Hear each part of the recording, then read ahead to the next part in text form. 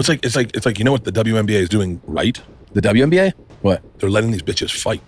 That's cool. These cat fights are making this game really interesting. I know. It's almost like 1970s basketball. Or like what's something that her as a teammate, like not something that's like on ESPN, but dude, she's just goofy. Yeah. Like she's goofy. And like I think that's everyone expects her to be a certain way, and she is on the court, but like she's low-key a kid. Like she's 23 years old. Like she's like my little cousin. You know what I mean? And so it's been fun just to kind of like see where she's at in her career and whatnot. But I promise you, she's like so chill. She doesn't care. She's always in sweats and a sweatshirt. Like she literally does not care.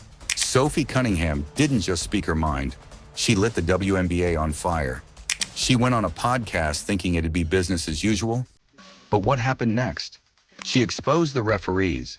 She exposed the league.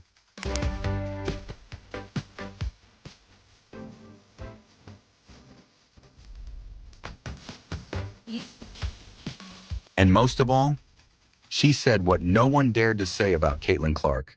This wasn't a PR move. This was raw, unfiltered, and dangerously honest. Was it bravery, or was it a shot at the old guard of the WNBA? Whatever it was, the fans are split. Some are calling her the hero of Gen Z basketball. Others, a traitor. And the craziest part? Arby's might be in the middle of this chaos. Let me walk you through the exact moment this podcast changed the game forever. Before we dive deep, drop your thoughts in the comments. Even if you're mad, even if you disagree, I'm watching. Sophie Cunningham has broken the internet in multiple ways over the last day. All right, the other day, my goodness, a couple of things have come out. Number one, how about her podcast? She's already got 122,000 views in one damn day. Caitlin Clark is not the face of the league. Of course she is. By the way, sometimes I've just got to say it. Sometimes I feel like she's the only player in the entire league that actually and truly has Caitlin Clark's back. I'm just keeping it real. Like, she's it. Now, I know there's other ones that we think have Caitlin Clark's back, but this one in particular, The podcast was supposed to be light, laughs, fast food jokes, maybe a spicy take or two. But Sophie had other plans. In the middle of a conversation about brand deals, social media pressure, and locker room vibes, she looked straight at the camera and said, Caitlin Clark is the undisputed face of the WNBA. And then silence. Even the host blinked. Hard.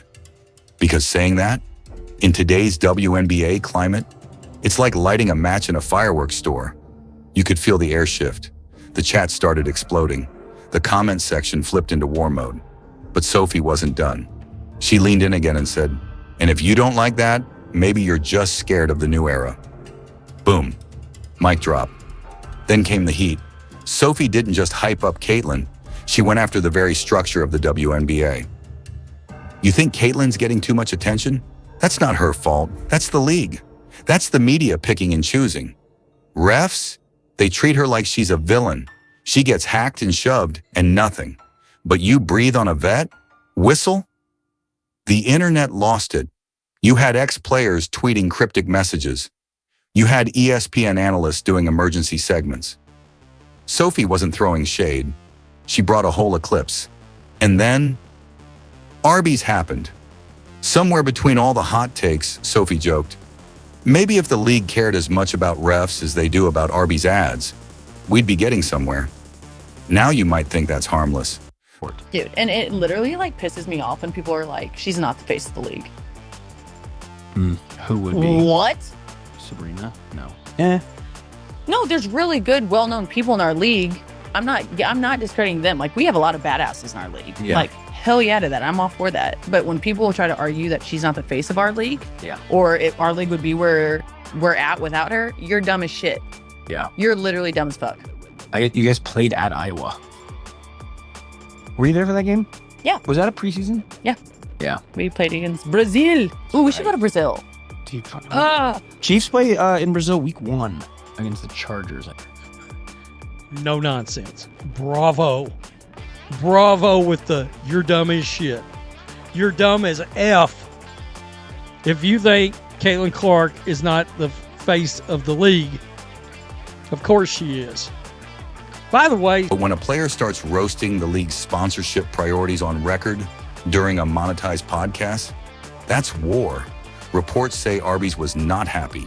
And ironically, the clip of that joke is now their most viewed unpaid brand placement ever.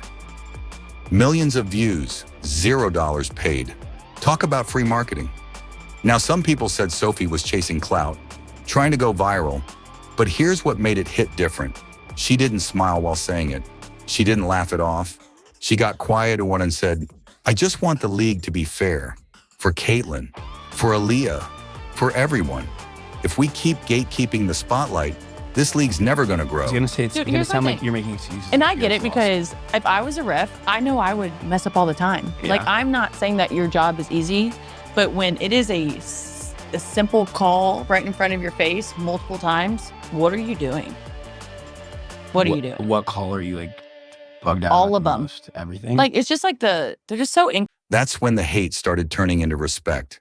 Because love her or not, Sophie was real. Clips of the podcast went viral in seconds. Fans started trending, Jackie Chutter free Caitlin, and Shucky Sophie sat it first. the country, like everyone's like, what is going on with the refs? And I'm like, I don't know.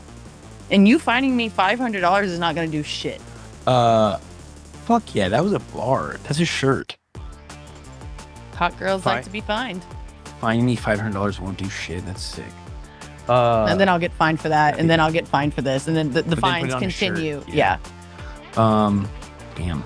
Yeah. Where do the refs come from? I don't know. Not all of them are bad. I know. There's actually a lot of solid, really good refs. Do you have personal relationship with any of them? Sexual? Like, No.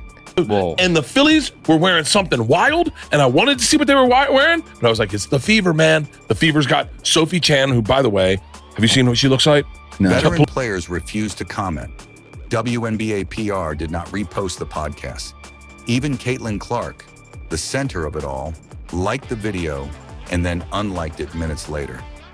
Classic move when you're told to stay neutral. But the message was clear. Something has shifted. The WNBA isn't just a game anymore. It's a battleground. And Sophie might have just fired the first real shot. In the end, this wasn't just about Caitlin. It wasn't even just about Sophie. It was about a collision between old school control and new school truth. It was about a player risking her platform to say what others whisper. And it left us all with one burning question. What happens now? Because the next time Caitlin takes a hit with no whistle, the fans won't stay quiet, not anymore. And next time Sophie goes live, you better believe the whole league will be watching.